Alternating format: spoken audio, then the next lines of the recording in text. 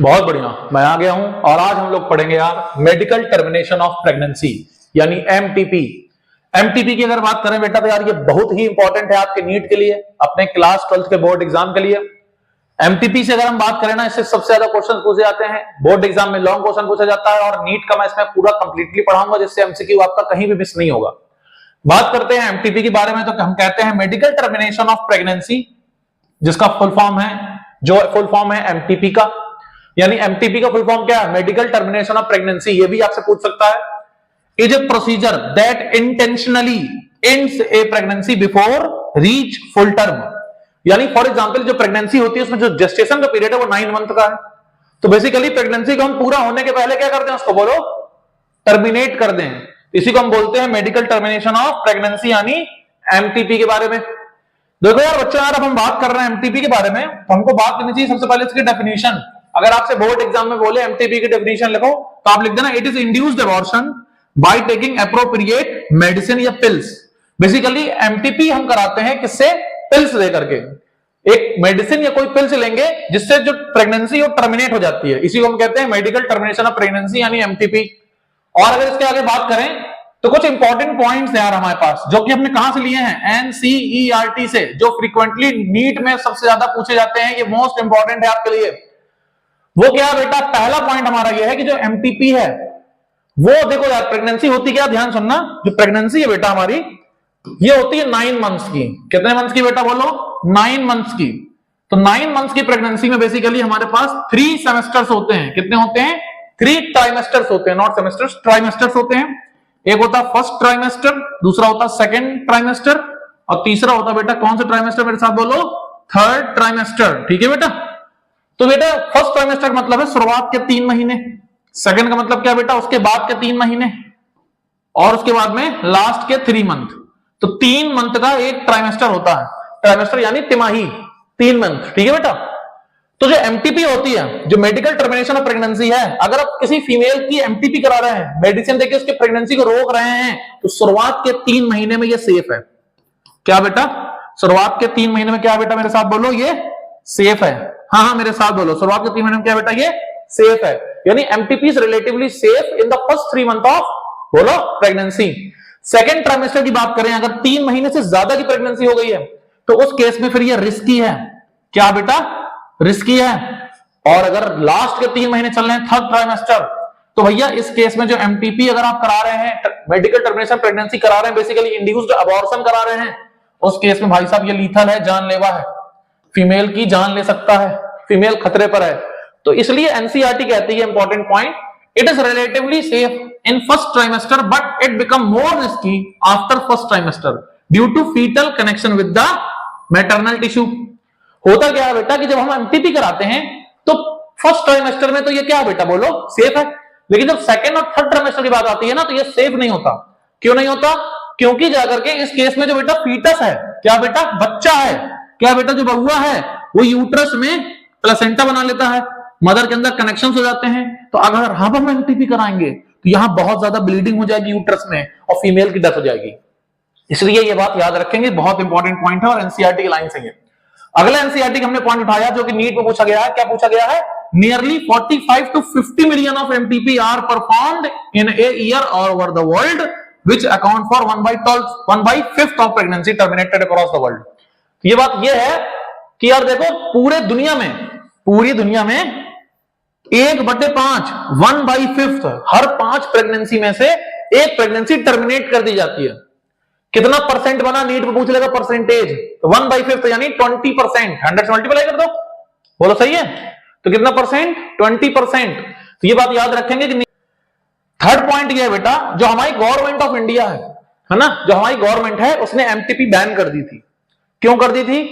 क्योंकि देखो होता क्या था यार, कुछ लोग ना अल्ट्रासाउंड वगैरह करा के, कुछ टेस्ट वगैरह करा के पता कर लेते थे, एमनियोसेंटेसिस वगैरह करा के, कि जो गर्भ में बच्चा पल रहा है, जो प्रेगनेंसी है वो लड़की है, तो लोग लड़कियों को क्या कर देते थे? किल कर देते थे, अबॉर्शन करा देते थे।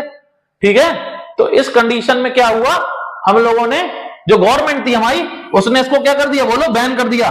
लेकिन 1971 में इसको वापस से लीगलाइज कर दिया, एमटीपी को लीगलाइज कर दिया, लेकिन कुछ शर्तों पर, स्ट्रिक्ट कंडीशंस पर। यानी पहले गवर्नमेंट ने इसको बैन किया, फिर लीगल कर दिया। क्यों? क्योंकि कुछ शर्त रखी गई। क्या शर्त रखी गई वो हम देखते हैं, ध्यान सुनेंगे बेटा। तो पहली बात तो ये थी कि गवर्नमेंट ऑफ इंडिया ने उसको बैन कर दिया, ठीक है, लेकिन उसके बाद उसको लीगलाइज कर दिया 1971 पर कुछ शर्तों पर। क्यों कर दिया, ध्यान से सुनो, ये सबसे इंपॉर्टेंट है।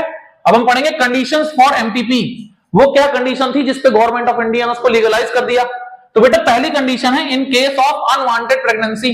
अब मान लो कोई कपल बेटा ऐसा जिसके 4-5 बच्चे पहले से हैं, वो और बच्चे नहीं चाहता, तो फिर उसको हमने क्या कर दिया, बोलो, अनवांटेड प्रेगनेंसी के केस में उसको प्रेगनेंसी नहीं चाहिए, 5-6 बच्चे ऑलरेडी हैं, ऑलरेडी तादाद बढ़ चुकी है, जनसंख्या वैसे भारत की बहुत तेजी से बढ़ रही है। तो इस केस में अगर ये लोग जाते हैं कहते हैं देखो भैया हमारे बहुत सारे जो है डॉक्टर साहब बहुत सारे हमारे बच्चे हैं, और ऐसा ये लोग फॉर्म भरते हैं और एमटीपी करा लेते हैं, ठीक है।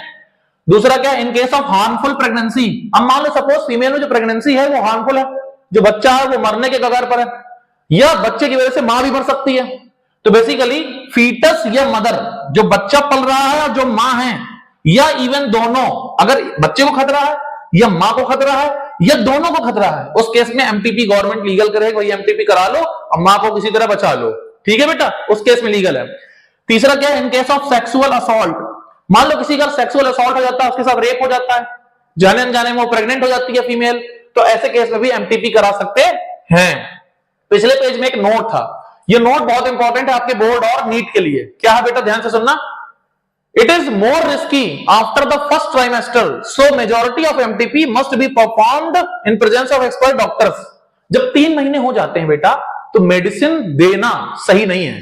देखो नॉर्मली क्या होता है, हम लोग मेडिसिन देते हैं, एमटीपी करा देते हैं, ठीक है, लेकिन जब 3 महीने हो जाते हैं तो फिर हम किसी को अगर फीमेल को मेडिसिन देते हैं तो वो रिस्की है। तो उस केस में फीमेल की क्या, यूट्रस में ब्लीडिंग होगी, फीमेल की डेथ हो सकती है, इन्फेक्शन हो सकता है यूट्रस में। उस केस में हम एक्सपर्ट नर्स और एक्सपर्ट डॉक्टर्स के प्रेजेंस में एमटीपी कराते हैं, ठीक है, ये बात याद रखेंगे। ओके बेटा, अब बात करें आगे, ये तो हमारी कंडीशंस हो गई। अब बात करें आगे तो हम पढ़ते हैं लीगलाइजेशन ऑफ एमटीपी। देखो यार नीट के लिए सबसे इंपॉर्टेंट पॉइंट है, एमसीक्यू के लिए सबसे ज्यादा पूछा गया, इसलिए मैंने दोबारा इसको अलग से लिखा है। क्या लिखा मेरे साथ बोलो, बोलो, it is legalised in India 1971। भैया इसको याद कर लो, 1971, ये डेट याद रखना, नीट और बोर्ड के पॉइंट ऑफ व्यू से बहुत ज्यादा इंपॉर्टेंट है बेटा, ठीक है। तो कहते हैं government of India legalised MTP in 1971 with strict conditions. कुछ स्ट्रिक्ट कंडीशंस के साथ साथ इसने क्या किया, बोलो क्या किया, हमारी गवर्नमेंट ऑफ इंडिया ने इसको लीगल कर दिया।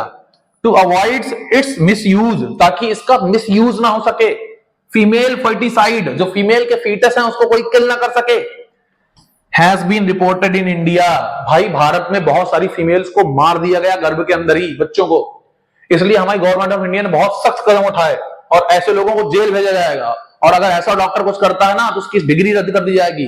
बहुत इंपॉर्टेंट है एमटीपी के सारे इंपॉर्टेंट पॉइंट्स, ठीक है ना बेटा। अब पढ़ते हैं बेटा नीट के कुछ एमसीक्यूज। देखो यार होता क्या है, हमारे बोर्ड एग्जाम में एमसीक्यूज आते हैं, और ये जो एमसीक्यूज है ना भाई, ये नीट के एमसीक्यूज आए हुए दे देते हैं ये लोग। और नीट के ना प्रीवियस ईयर के एमसीक्यू बहुत रिपीट होते हैं, समझ रहे हो। नीट के 40% क्वेश्चन रिपीटेड होते हैं, तुम खुद देख लेना। मेरे बायो में 360 में 350 मार्क्स है नीट में, मुझे जो एक्सपीरियंस मैं तुम्हें बता रहा हूं। मान लो बहुत इजी है नीट क्रैक करना, बस एक ट्रिकी चाहिए। तो सारे इंपॉर्टेंट टॉपिक्स तुम लोगों के लिए अपलोड कर रहा हूं यार, कमेंट में बताओ किस टॉपिक पे वीडियो चाहिए, मैं पूरा इंपॉर्टेंट बता दूंगा विद क्वेश्चंस, ठीक है बेटा। ध्यान सुनना, कह रहा when MTP is legalised in India. MTP कब लीगलाइज हुआ भाई, ये नीट का क्वेश्चन है, बताओ कब हुआ, 1971, ऑप्शन नंबर सी। देखो भाई साहब पप्पू डांस कर रहा है, पप्पू क्या कर रहा है, डांस कर रहा है। आओ बेटा आगे बात करते हैं। यार देखो ये एनसीईआरटी का डायग्राम है, ठीक है ना, तो इसकी लेबलिंग ना नीट में पूछ लेता है, तो मैंने यहां दे दिया था, ये यार पढ़ लेना अगर तुम नीट देना चाहते हो, ठीक है। ये मेरी टिप्स है तुम्हारे लिए। कह रहा है इंटेंशनल और voluntary termination of pregnancy before full term is called. ये एनसीईआरटी की लाइन है, बताओ क्या कहलाएगा। कॉन्ट्रासेप्शन बिल्कुल नहीं, स्पॉन्टेनियस एब्जॉर्प्शन बिल्कुल नहीं, अबॉर्शन, फर्टिसाइड फीटस को मारना बिल्कुल नहीं। तो आंसर क्या जाएगा, इंड्यूस्ड अबॉर्शन। इंड्यूस्ड अबॉर्शन को हम क्या कहते हैं, एमटीपी। तो यार याद रखेंगे इसको, ठीक है स्टूडेंट्स। तो thank you for watching, keep learning, do subscribe and share, thank you.